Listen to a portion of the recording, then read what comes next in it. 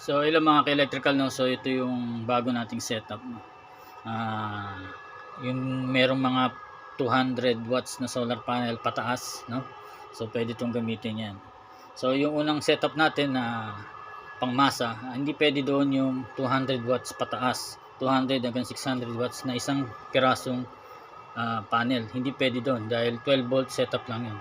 Yung mga 200 watts na solar panel pataas, merong 350, 400, 500, 555 na solar panel hanggang 600, no. So hindi pwede 'yon sa pangmasa natin. So ito yung ginawa ko para sa matataas na solar panel na isang piraso. Yung mga solar panel kasi na 200 hanggang 600 watts, so naglalabas na ng voltahe na 39 volts hanggang 40, no. So hindi na kaya ng pangmasa natin 'yon. So ito na yung setup na 'yon. Pure sine wave na yung gagamitin natin na inverter, no. Ito kasing pure sine wave hindi pwede dun sa pangmasa natin dahil malakas consume ng kuryente ito. So bagay siya sa ganitong setup. So MPPT na yung gamit natin dito. So itong MPPT ay hanggang 280 watts na solar panel, meaning hanggang 500 watts pwede, no. Then automatic na rin to, madedetect yung battery mo 12 volts, 24 volts hanggang 48 volts. So auto detection din na LiPo4, lead acid, lithium, kahit anong battery pa, no? Automatic na detection yan. Then yan, yung breaker natin dito ay dalawa, no? Parallel connection lang rin to. Sineparate ko lang yung breaker para kung sakaling gusto mo ng dalawang solar panel na 200, dalawang 300, dalawang 500, no, mayroon kang isolator para sa mga solar panel mo. Then siyempre dito sa breaker natin, tinaasan na natin yan 100 ampere na yan kasi nga although na isang battery lang ang gamit ko dito, so for future pwede kang mag-expansion dalawa para maging 24 volts, tatlo 36 volts, apat 48 volts, no. So siyempre paparisa mo rin ng solar panel yan. So hanggang 5 solar panel to na 500 watts dahil na 2,800 watts ang maximum nito. So siyempre ganun pa rin, meron pa rin tayong relay dito sa switching ng inverter natin, no. So meron ding LVD pang disconnect ng battery if malapit na full drain yung battery mo, no. Then reconnect, ganun din, 13.5, disconnect is 12 volts. So ito yung outlet natin. Then dito sa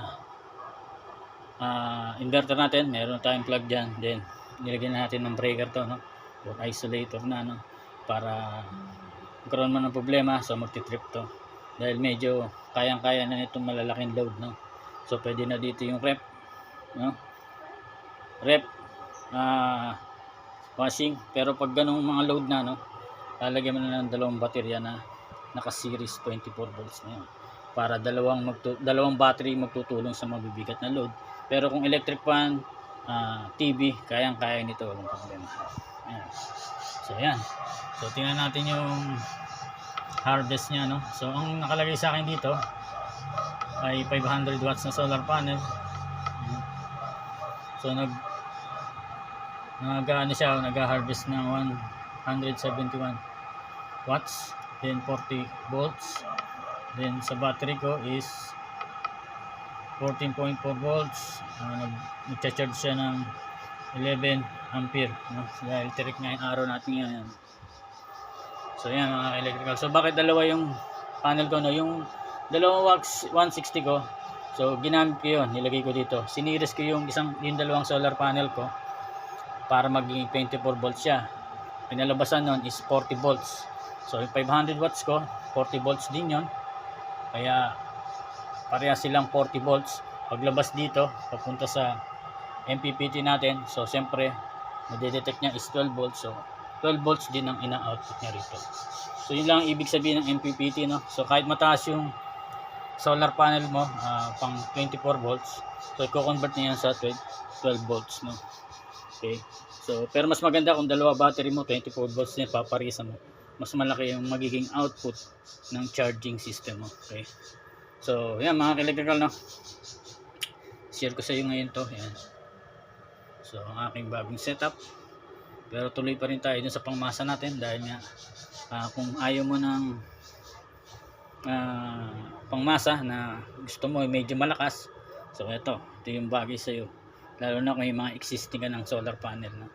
Kaya hindi ko pwede maibigay yung mga pangmasa dun sa mga naghahanap ng mas matataas dahil nga pang 12 volt system lang natin yan, pero sa mga liblib na lugar talagang walang kuryente, bagay na bagay sa yung pangmasa. So ito yung mga naghahanap ng malakas, so ito yung pinaka maibibigay ko sa inyo dahil hanggang 5 solar panel to pwede, no? So yan mga ka-electrical, so thank you, God bless.